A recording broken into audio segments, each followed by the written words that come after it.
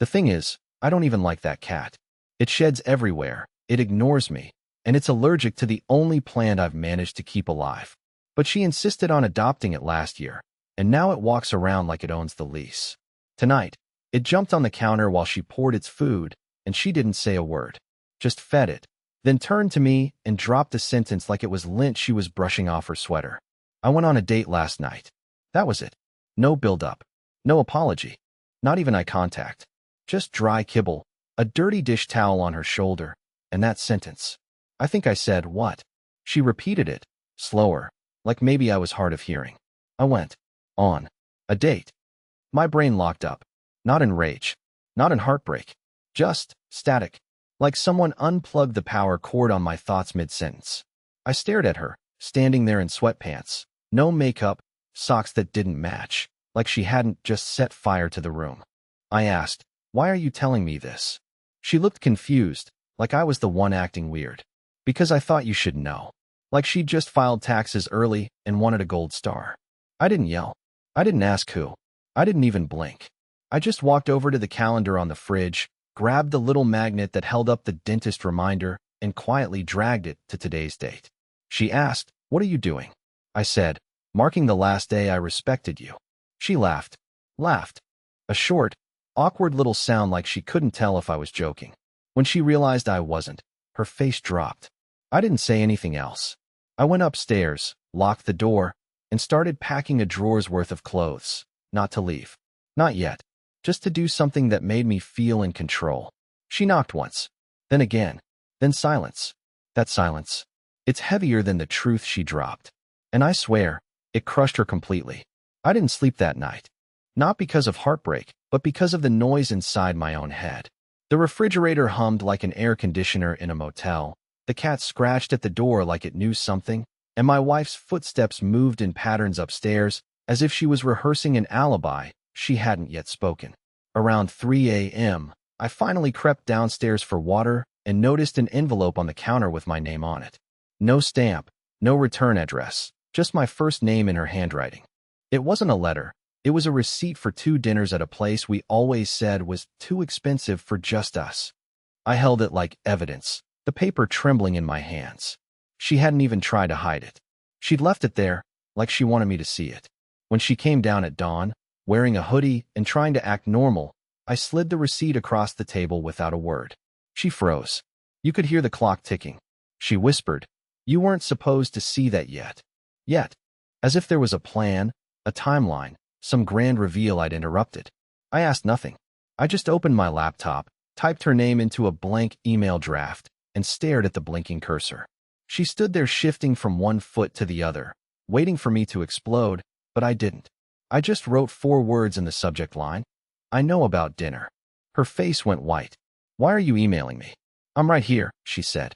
But my hands kept typing anyway. I wrote out every question I wanted to ask, every insult I wanted to throw, every tear I refused to give her. When I finished, I didn't hit send. I just closed the laptop and looked at her. She finally spoke. "It's not what you think." That's when I laughed. A quiet, humorless laugh that even startled me. "I don't think anything," I said. "I'm done thinking for you." She stepped toward me. "Don't do this." But I'd already stood up, grabbed my keys, and walked out into the freezing morning air wearing nothing but sweatpants and an old t-shirt. I needed to breathe. I needed her to feel the weight of my absence, even if it was just for 10 minutes. And when I turned back toward the window, she was standing there, hands pressed against the glass, eyes wide like someone who finally realized the ground was gone beneath her feet.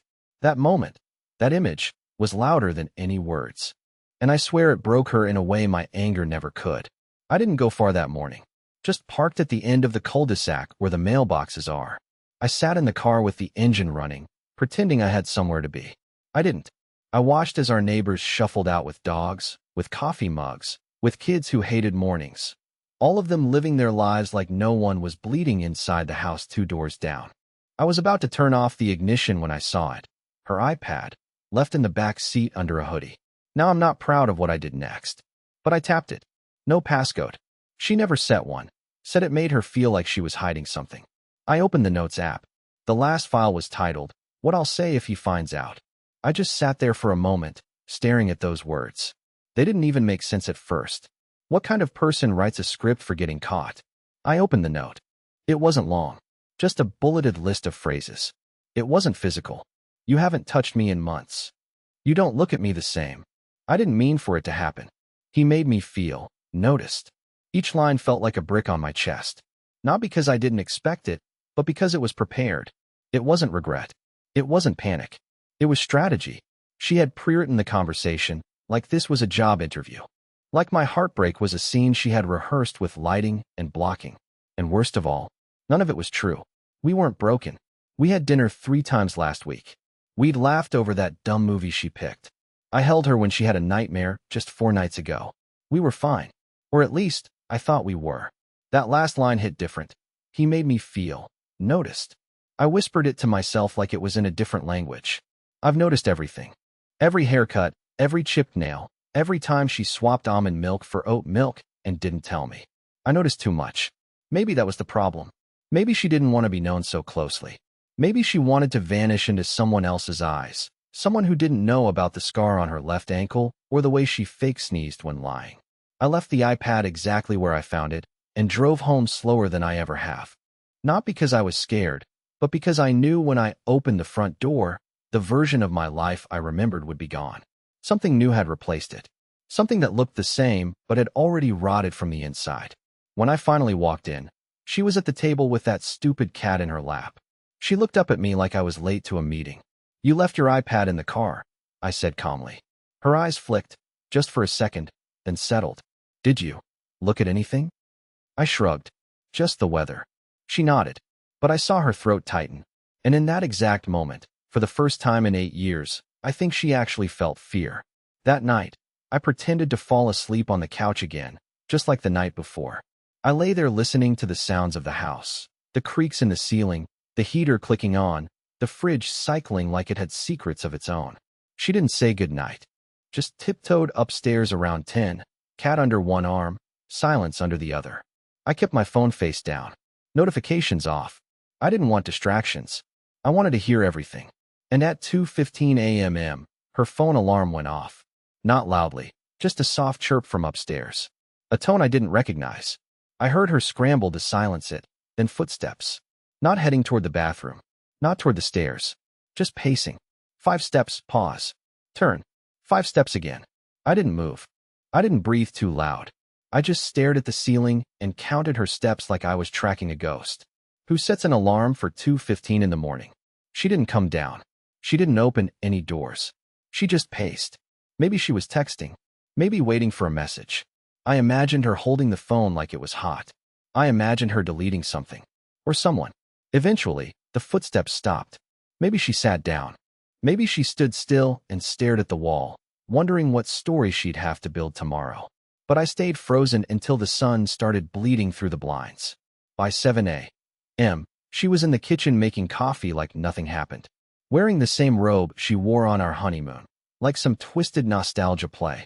I sat across from her, still in yesterday's clothes, and asked, "Do you ever set alarms that early?" She didn't flinch, didn't lie, just said no. That was it. I nodded slowly and took a sip of the coffee I didn't want. It tasted burnt. Or maybe that was just me. I stared at the steam rising from her mug and wondered if she even noticed I'd become someone else. Someone quieter. Someone who was collecting details instead of memories. That evening, when she left to get groceries, I followed her. Not in a dramatic, movie way. I didn't tail her with binoculars. I just waited 10 minutes, got in my car, and drove the main routes out of town. I knew the places she liked, the ones she didn't want me to know she liked. And when I saw her parked near the library, just sitting in her car with the lights off, staring at her own reflection in the rearview mirror, I knew. She wasn't going to meet anyone. Not tonight. She was unraveling. She was alone, in a way I couldn't fix anymore. But I didn't knock on the window. I didn't call. I just parked where she couldn't see me and waited. I wanted her to feel watched. Not in a threatening way. Just enough for her to wonder if her world was still hers to manipulate. After 20 minutes, she drove off. When I got home, I found her robe tossed over the couch. The cat was curled on my side of the bed. And on the counter, where the receipt used to be, was a yellow sticky note with nothing on it. Just a blank square of paper. And somehow, that emptiness told me everything I needed to know. It was such a small thing, stupid, even, but it set something off in my brain that hasn't stopped since. That afternoon, I decided to clean, not out of virtue, but because I needed control over something.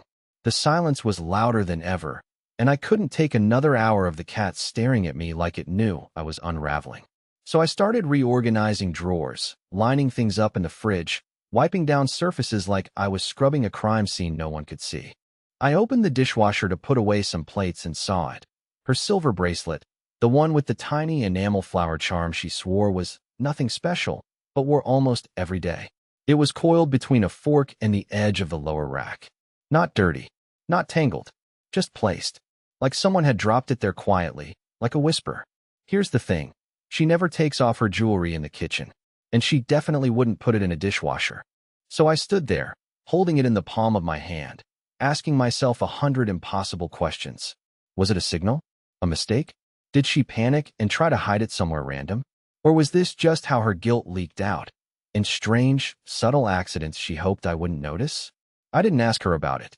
Instead, I put it in her nightstand drawer, right next to the bottle of melatonin gummies she pretends help her sleep. Let her wonder when she opens it. Let her feel the question hanging in the air. How did this get here? Later that evening, I decided to test her. We were sitting in the living room, TV playing something forgettable, her scrolling on her phone while pretending to be invested in the episode. I turned to her, casual as anything, and said, "You know that bracelet with the flower charm? I haven't seen you wear it in a while." She froze for half a second, barely noticeable, then said, "Yeah, I lost it a few days ago." I smiled. "Weird. I swear I saw it earlier." "Oh," she asked, not even looking up. "Where?" "In your car." I lied. She nodded too quickly. "That makes sense. I've been meaning to clean it out." That's when I knew she was unraveling faster than I thought. She didn't even try to lie well anymore. She was just throwing tape on a sinking boat. And for some reason, that didn't make me feel better. It made me feel emptier. Because if she's falling apart, and I'm still here, watching it happen in slow motion, what does that make me? A husband? A warden? A coward? I walked into the kitchen again after she went to bed and stared at the dishwasher like it might offer me answers. But all it did was hum quietly, like it knew more than it should and was too polite to say anything. I stayed up that night searching for signs of something bigger. A trail. A reason. I looked through the photos on her shared cloud folder, zoomed in on backgrounds, reflections in windows, timestamps. And that's when I saw it. In the reflection of a cafe window, behind her smiling face from 3 weeks ago. A man.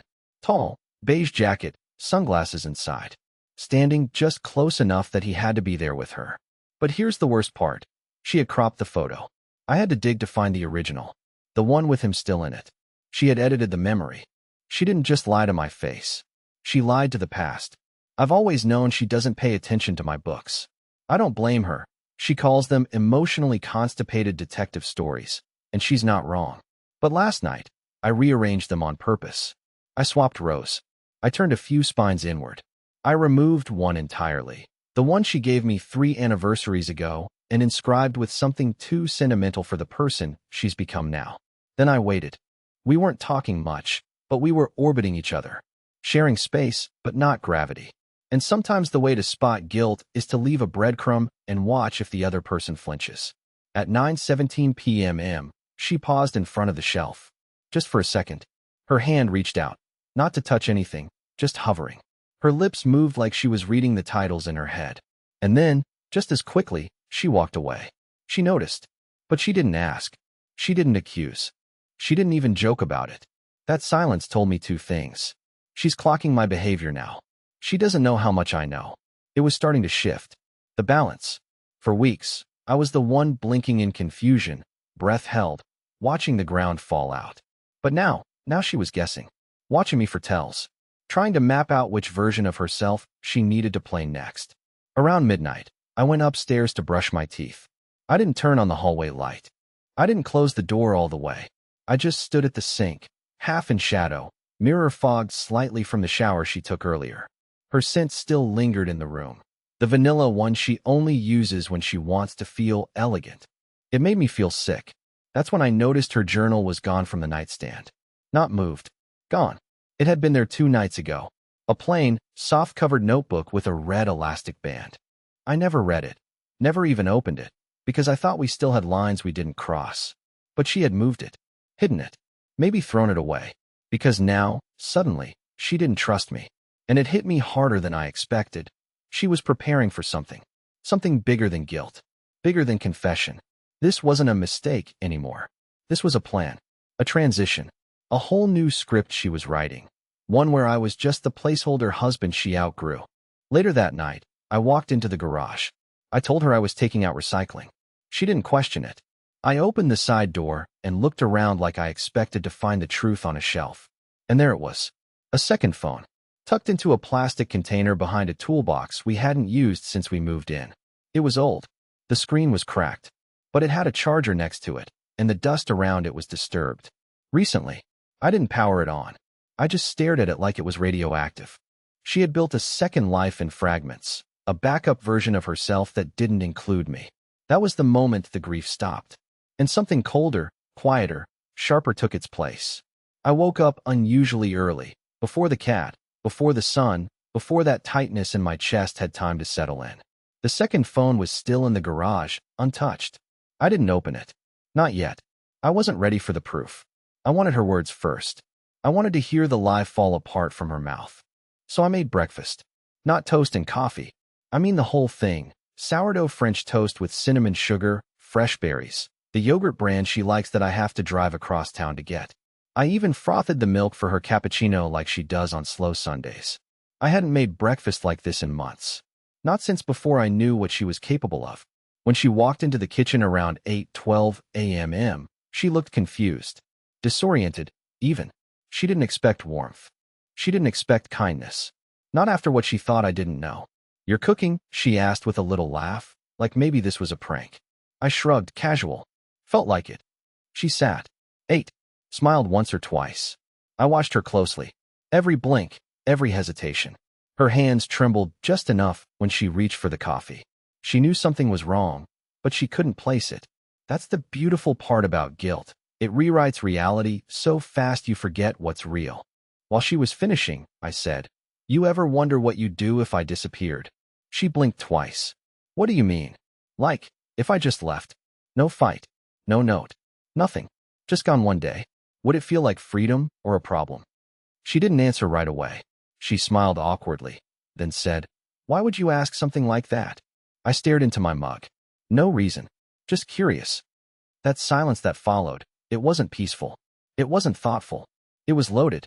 She was calculating. Not emotionally, but logistically. I could see it. Like she was asking herself, has he found out? Is this him unraveling? That afternoon, she left again. "Errands," said with no details. I didn't stop her. I just watched her car turn the corner and disappear. Then I went back into the garage and finally turned on the phone. It took a minute to power up. The screen cracked like a spider web over dim light. No passcode. Just a lock screen with a background I didn't recognize. A photo of waves crashing against rocks. She always hated the ocean. There were only 3 text threads. One of them was labeled with a single letter, E. The most recent message from her was sent 2 nights ago, right around 2:17 a.m. I can't keep pretending. He's too quiet now. I think he suspects something.